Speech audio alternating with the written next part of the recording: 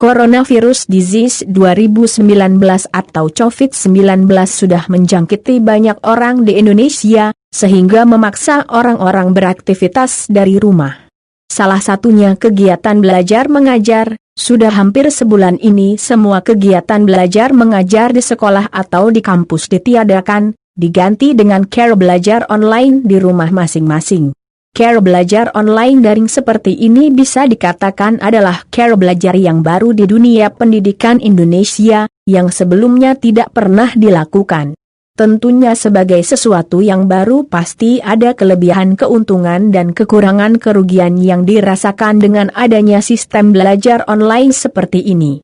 Berikut kelebihan dari sistem belajar online.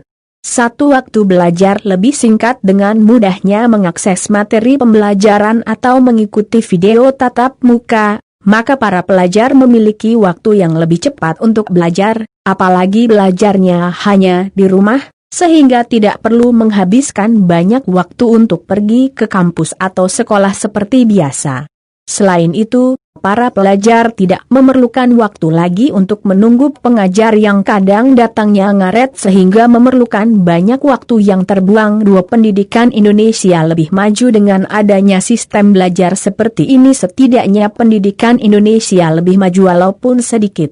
Salah satu kemajuannya, yaitu pendidikan Indonesia sudah bisa memanfaatkan teknologi yang ada dan cara belajar pendidikan di Indonesia lebih bervariatif dengan adanya belajar online. 3. Siswa bisa mengembangkan diri. Belajar online yang tidak memakan waktu banyak dapat membuat pelajar bisa mengembangkan diri pada hal lain, seperti membaca, menulis atau menggambar.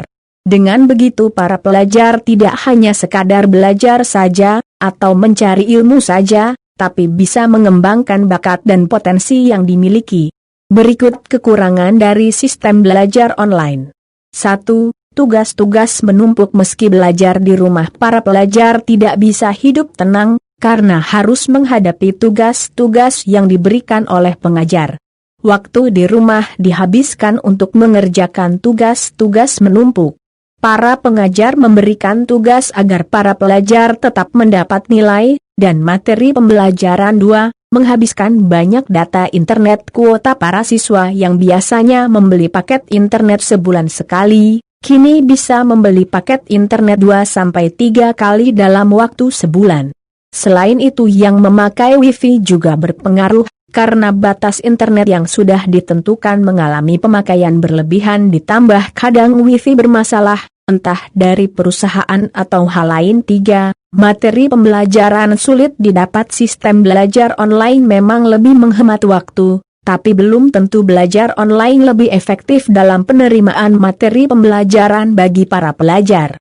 Banyak yang mengeluhkan cara belajar online hanya memberikan tugas-tugas yang menumpuk, yang menambah stres para pelajar selama di rumah. Selain itu, kondisi di dalam rumah yang kondusif mungkin bisa membuat seseorang menerima pelajaran atau tidak. Jika kondusif mungkin akan lebih mudah menerima pembelajaran, tapi seandainya rumah kurang kondusif para pelajar akan kesulitan menerima pelajaran. 4. Adu pendapat yang sulit. Jika di sekolah atau di kampus ada sesuatu yang sulit dimengerti atau terjadi perbedaan pendapat, mungkin akan lebih mudah didiskusikan. Namun dalam hal belajar online akan terasa sulit. Mengapa?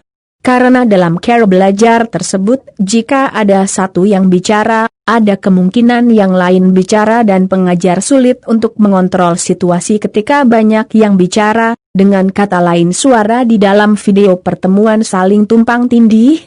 Selain itu, bagi mereka pelajar yang memiliki koneksi jaringan buruk atau ponsel yang sedikit rusak akan kesulitan mendengar audio yang saling tumpang tindih tersebut. Kegiatan belajar online yang terjadi selama sebulan belakangan ini bisa dibilang cukup berhasil, meski terjadi shock habit di kalangan siswa dan guru. Terlepas dari efektif atau tidaknya cara belajar online, setidaknya cara belajar seperti ini tetap bisa mengisi waktu siswa dan guru selama di rumah aja. Sekadar informasi, semua yang tertulis di atas adalah hasil wawancara dengan para pelajar yang mengalami langsung.